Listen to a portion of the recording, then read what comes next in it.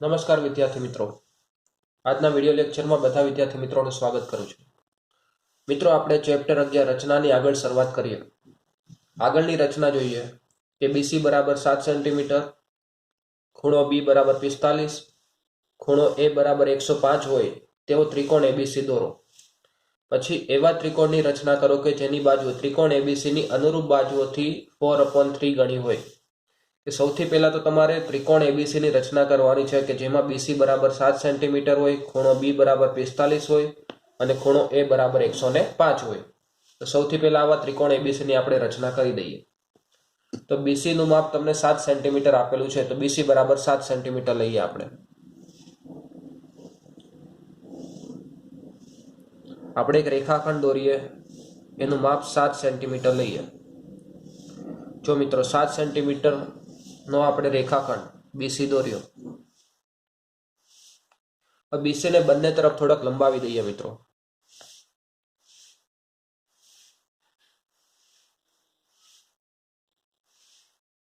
ચલો, BC ને લંબાવી દીધા આપણે બંને તરફ.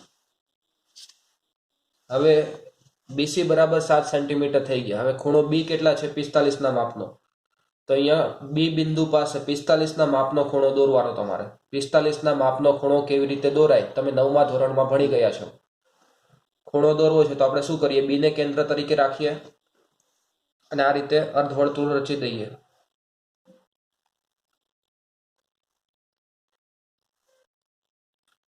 ચલો, અર્ધવર્તુળ રચી દીધું મિત્રો. હવે શું કરીએ? થોડું વધારે માપ રાખીને આ અર્ધવર્તુળ જ્યાં અહીંયા છેદે છે રેખાને ત્યાં કેન્દ્ર રાખીએ અને ઉપરની તરફ ચાપ મારી. તો અહીંયા ચાપ રચીએ મિત્રો. એવી રીતે આ બાજુ કેન્દ્ર રાખવાનું અને અહીંયા ચાપ રચવાની. તમે 9મા ધોરણમાં ભણ્યા છો ને 90નો ખૂણો કેવી રીતે રચાય એટલે તમને ખબર જ હશે મિત્રો. અર્ધવર્તુળ અહીંયા જ્યાં છેદે છે ત્યાં વારાફરતી કેન્દ્ર રાખીને આપણે ઉપરની તરફ ચાપ રચીએ. હવે આ ચાપ અને બિંદુ B બંનેમાંથી પસાર થતું કોઈ કિરણ દોરી દો.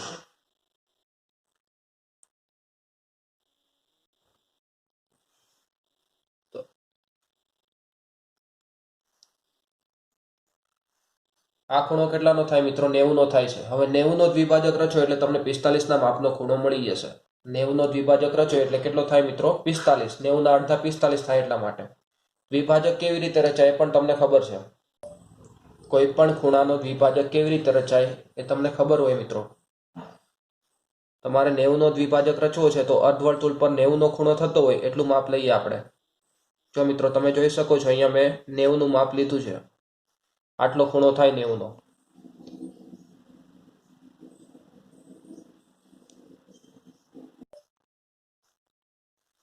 મિત્રો જો અહીંયા કેન્દ્ર રાખીને હું અહીંયા ચાપ રચું છું.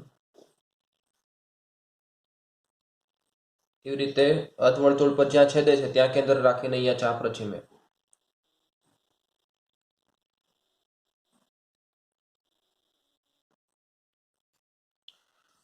હવે આ બંને ચાપ જ્યાં છેદે તે બિંદુ અને બિંદુ B બંનેમાંથી પસાર થતું કોઈ કિરણ રચીએ.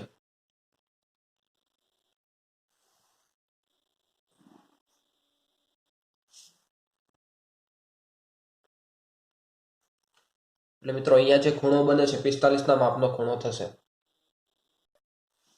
એટલે મિત્રો ખૂણો B બરાબર 45 થઈ ગયા. હવે ખૂણો A બરાબર 105 છે. આપણે શું કરીએ મિત્રો? એના બદલે આપણે ખૂણો C બનાવી દઈએ. B અને A બંનેનો સરવાળો કરો તો 105 અને 45 કેટલા થાય? 150 થાય. A અને B બંનેનો સરવાળો કરો કેટલા થાય મિત્રો? 150. હવે A અને B નું માપ ટોટલ 150 થાય છે તો C નું માપ કેટલું થાય મિત્રો? 180 માંથી 150 માઇનસ કરી દો કેટલા થાય? 30. તો આપણે આ ખૂણો C છે 30 ના માપનો બનાવવો પડે. તો 30 ના માપનો ખૂણો કેવી રીતે બનાવીશું? એના માટે પણ સૌથી પહેલા આપણે અર્ધવર્તુળ રચી દઈએ મિત્રો.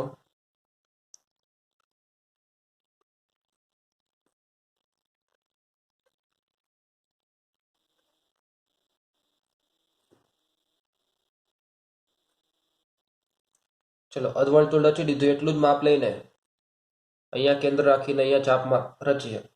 એટલે આ ખૂણો કેટલાનો થશે મિત્રો? 60 નો ખૂણો થાય. હવે 60 નો દ્વિભાજક રચીએ એટલે આપણને 30 નો ખૂણો મળી જાય.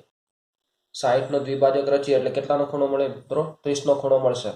તો આનો દ્વિભાજક રચ્યો હોય તો અહીંયા કેન્દ્ર રાખીને આપણે આ રીતે ચાપ રચીએ અને અધવર્તુળ પર જ્યાં છેદે છે ત્યાં કેન્દ્ર રાખીને ચાપ રચીએ. તો આ બંને ચાપ જ્યાં છેદે છે મિત્રો એ બિંદુ અને સી બિંદુ બંનેમાંથી પસાર થતું કોઈ કિરણ રચીએ.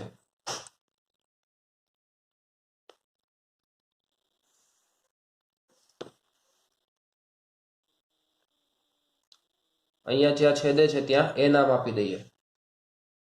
તો આ જે સી ખૂણો બનશે મિત્રો એ કેટલાનો થશે? 30 ના માપનો ખૂણો થાય.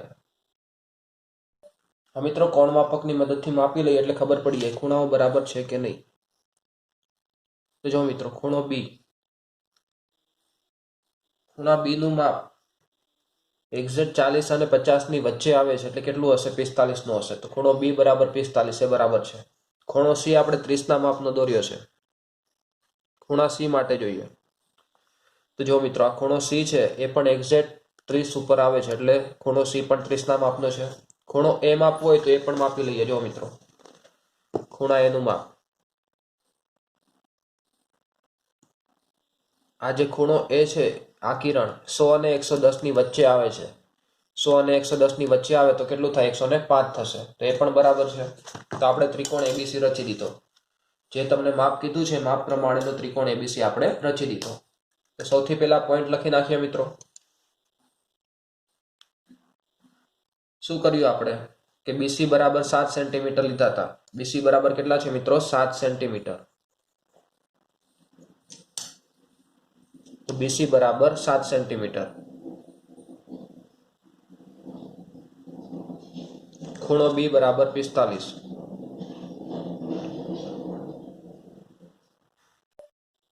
અને ખૂણો સી બરાબર 30 હોય તેવો ત્રિકોણ એબીસી રચો.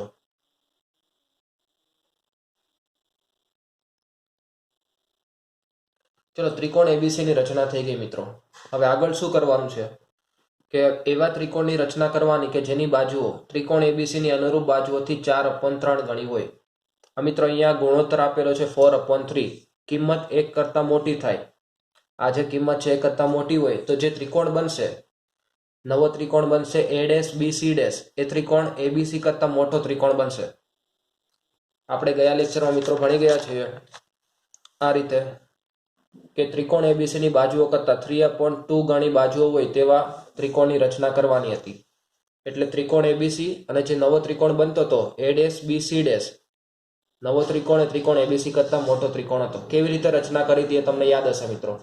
તો આ જ રીતે આપણે આગળ અહીંયા પણ રચના કરવાની છે. આપણે શું કરીએ તો રેખાખંડ બીસી ના જે અર્ધતલમાં એ બિંદુ છે એનાથી વિરુદ્ધ અર્ધતલમાં આપણે કોઈ કિરણ લેવું પડશે. BX કિરણ લઈએ. ધારો કે કોઈ BX કિરણ લઈએ આપણે.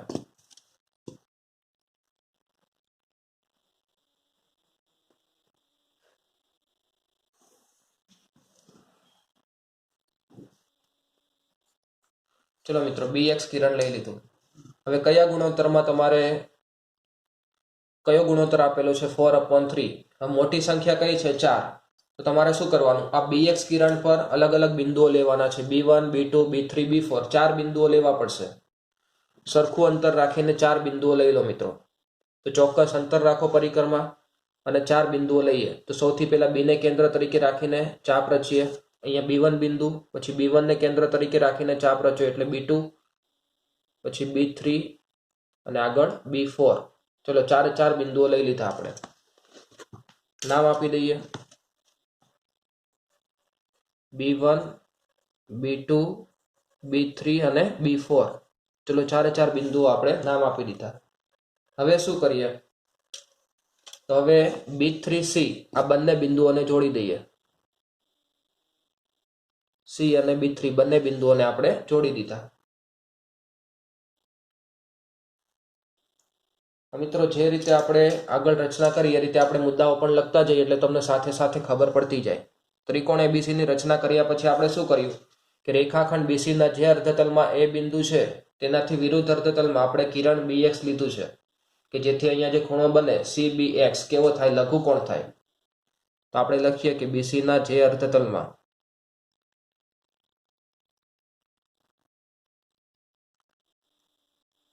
એ બિંદુ છે તેના વિરુદ્ધ અર્ધતલમાં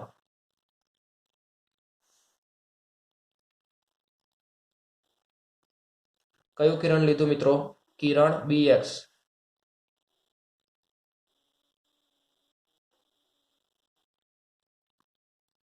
જેથી ખૂણો કયો બને છે? CBX. ખૂણો CBX લઘુકોણ થાય. ચલો આ ખૂણો તો આપણે લઘુકોણ લઈ લીધો. એના પછી શું કર્યું કે કિરણ BX પર કયા બિંદુઓ લીધા? B1, B2 અને B3 અને B4. એવા બિંદુઓ લો કે જેથી BB1, B1, B2, B2, B3, B3, B4 આ બધા વચ્ચેનું અંતર કેવું થાય? સમાન થાય. કિરણ BX પર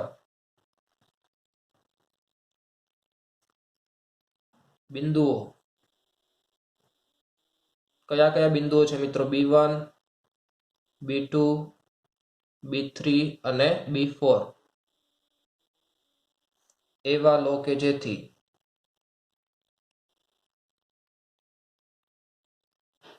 BB1 બરાબર B1, B2 બરાબર B2, B3 બરાબર B3, B4 થાય. ચલો આવી રીતે બિંદુઓ પણ લઈ લીધા. હવે શું કર્યું હતું મિત્રો? આગળની રચનામાં શું કર્યું હતું તમને યાદ હશે. હવે આ B3C છે ને સમાંતર રેખા દોરવાની છે. B4 માંથી B3C ને સમાંતર રેખા દોરવાની. સમાંતર રેખા કેવી રીતે દોરી શકાય ખબર છે મિત્રો તમને? તો આપણે શું કરીએ? જો સમાંતર રેખા દોરવા માટે B3 ને કેન્દ્ર તરીકે રાખ્યું. B3 ને કેન્દ્ર તરીકે રાખીને અહીંયા હું ચાપ રચું છું. એવી રીતે એટલું જ માપ રાખીને B4 ને કેન્દ્ર તરીકે રાખીને ચાપ રચીએ. B4 ને કેન્દ્ર રાખ્યું એટલું જ માપ રાખીને ચાપ રચી દીધી. હવે શું કરવાનું મિત્રો? અહીંયા જે ખૂણો બને છે એટલું માપ લઈએ. તો અહીંયા જો મિત્રો આટલો ખૂણો બને છે.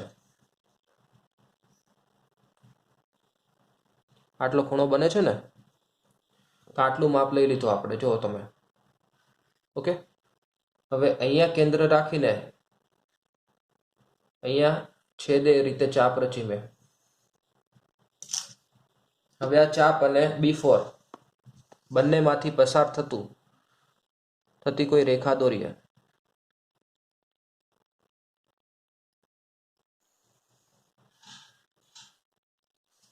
અહીંયા છેદે ત્યાં આપણે C' નામ આપી દઈએ.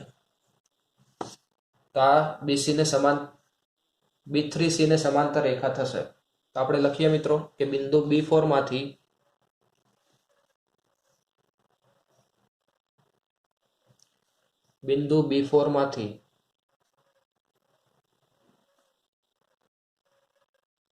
B3C ને સમાંતર રેખા દોરો. સમાંતર રેખા કઈ દોરી છે આપણે? B4C' દોરો. ઓકે. ચલો અહીંયા સમાંતર રેખા દોરી દીધી. હવે આપણે આ C' બિંદુમાંથી AC ને સમાંતર રેખા દોરવાની છે. AC ને સમાંતર રેખા. AC ને સમાંતર રેખા કેવી રીતે દોરી શકાય મિત્રો? તો અહીંયા જે રીતે સમાંતર રેખા દોરી એ રીતે અહીંયા સમાંતર રેખા દોરીએ. જો ચોક્કસ આપણે થોડુંક માપ લઈ લઈએ પરિકરમાં. એટલું માપ લઈને અહીંયા C ને કેન્દ્ર તરીકે રાખીને મેં અહીંયા ચાપ રચી છે. C ને કેન્દ્ર તરીકે રાખીને એવી જ રીતે અહીંયા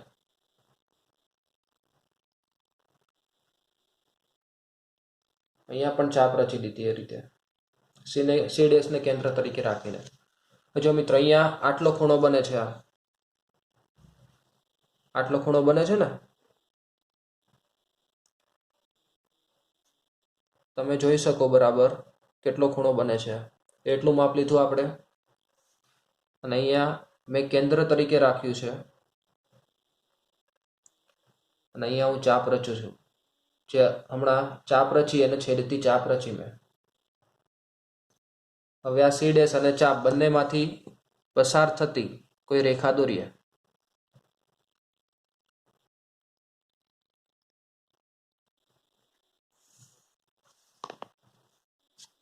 અહીંયા આપણે નામ આપી દઈએ એ ડેશ નામ આપીએ તો આ જે રેખા છે મિત્રો એ ડેશ સી ડેશ એ એસી ને સમાંતર રેખા થાય તો હવે આ પોઈન્ટ પણ લખી નાખીએ શું કરીએ કે હવે કયા બિંદુમાંથી મિત્રો સી ડેશ બિંદુમાંથી કોને સમાંતર રેખા દોરી એસી ને સમાંતર રેખા એ ડેશ સી ડેશ દોરો કે બિંદુ સી ડેશ માંથી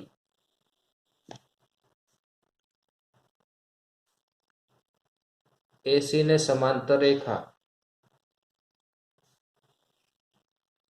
કઈ રેખા મિત્રો એ ડેશ સી ડેશ દોરો તો મિત્રો અહીંયા ત્રિકોણ બને છે A dash B C dash જોયું મિત્રો તમે તો આ ત્રિકોણ આપેલ માપ પ્રમાણેનો ત્રિકોણ છે ત્રિકોણ A dash B C dash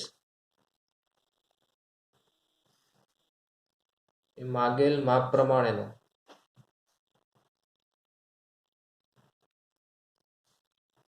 ત્રિકોણ છે